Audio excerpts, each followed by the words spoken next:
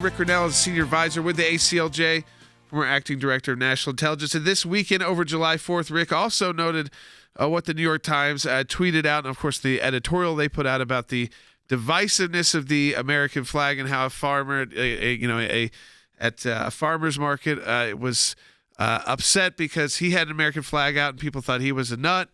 And in fact, he turns out to be a liberal. He's a good farmer, as the New York Times said. But that the flag is now becoming divisive. And Rick just tweeted out, they hate America.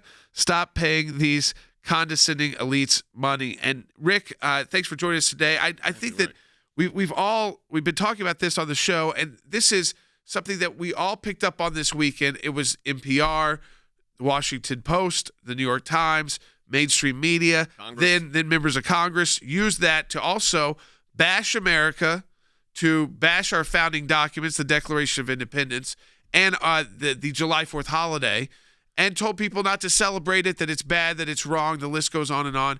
But they chose this holiday to try and divide Americans, Rick. What Jean Kirkpatrick called the Blame America First crowd. And she was right back then, and she would be right today, God rest her soul. And we need to be very clear on what's happening here. We have people who do not understand the world and do not understand how lucky they are to be in America. Exactly. Literally bashing and attacking the greatest country in the world. I can tell you, after traveling the world, that we're the most generous nation in the world when it comes to allowing people to become citizens. 1 million people a year get to be citizens, but there's 50 million more waiting. There are so many people that want to come into this country because we are the greatest country in the world. And some of these people that are attacking us should travel a little bit more. The one thing I want to point out, I do not see the attacks coming from first or second generation Americans.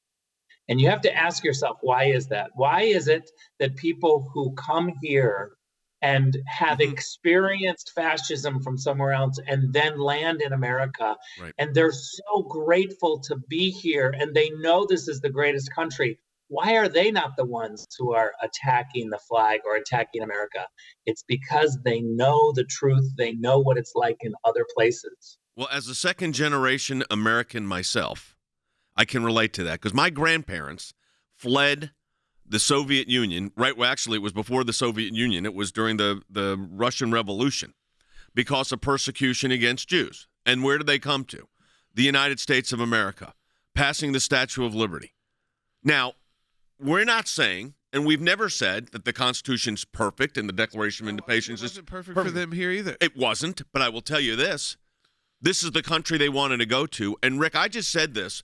Every liberty, freedom, progress that we've made has been based upon, in court, the Equal Protection Clause of the United States Constitution. Now, has it always been interpreted correctly? No. But is it more and more being interpreted correctly? Yes. So here's the irony.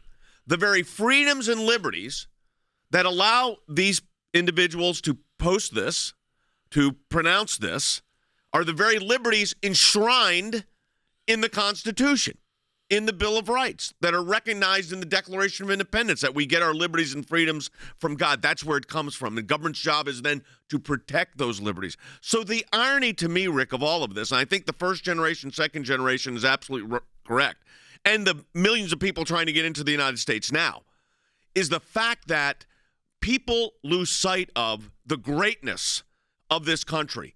Problems, sure. We're human beings. We are all fallen. Having said that, the fact is, I can't think of another country any of these critics would rather be living in. I mean, you saw what happened this past weekend, and there's a whole bunch of people trying to spin it. But I watched it very clearly. I watched it live. The U.S. women's soccer team, once again, remember last year, the majority of the women's soccer team knelt down during the National Anthem and were wearing Black Lives Matter shirts. And some of them even bowed their head while the National Anthem played. That was last year. This year, the flag was to the right of all the players. The entire Mexican soccer team, female soccer team, turned to the right. They faced the Mexican flag, and every single one of those women were singing the Mexican national anthem, every single one of them. Then when it came time for the American national anthem to be played, very few, I would say about half of the women, turned to the right to face the flag. The others refused to turn. They looked straight ahead, and we're lucky they didn't bow, but they were so disrespectful. And immediately the Women's Soccer Association tried to say, they were not being disrespectful. Of course they were. We know the history. We're not stupid. Okay, well, and yet let me ask this, Rick. Rick, let me ask this. It's the women's soccer team representing what? The United States of America. That's who they represent.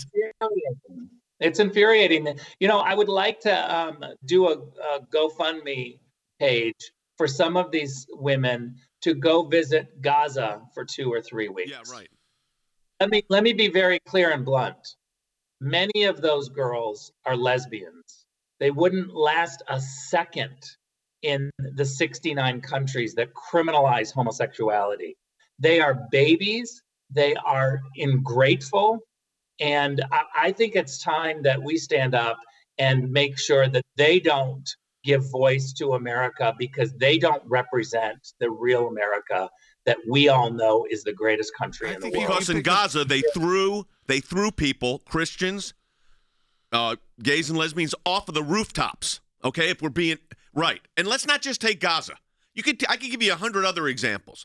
Most of the world you don't want to be in as a minority, as a woman. Right. I mean, take out your sexuality. Just as a woman, it's not a great place to be. The idea is, though, Rick, there's also a ton of pressure coming from corporate America, which everybody always thinks is so right-wing, but in fact has shown this woke movement. So there's pressure on these athletes who are not always highly educated on our history, and it's not their focus on being a great athlete. But it's like they're pressured into taking this position now, too. That's the cool position. The popular position is to be the one not singing, not acknowledging the flag, and that they're getting not just support from, but actually pressure from mainstream corporate America, too. I mean, we talk about mainstream media. There's also mainstream corporate America accepting this now.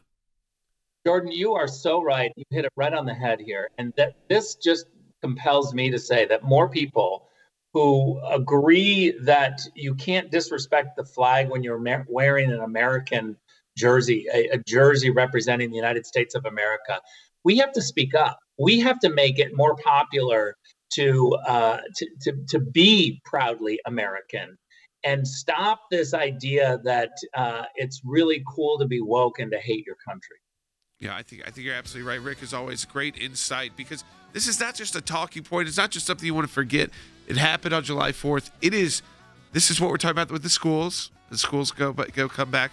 We're preparing for all of this. Rick, better be careful. You got an American flag flying on your house there. So just, by the way, we've had those, Rick, believe it or not, we have had those cases where people have been told to take down their flag. I used to fly a flag. I like flying flags. And when we lived in Virginia, I had this big one on a bay, and everybody had them. Now we've had cases where we've had to defend people for having a flag on their own property. But we won those. Thank you, Rick.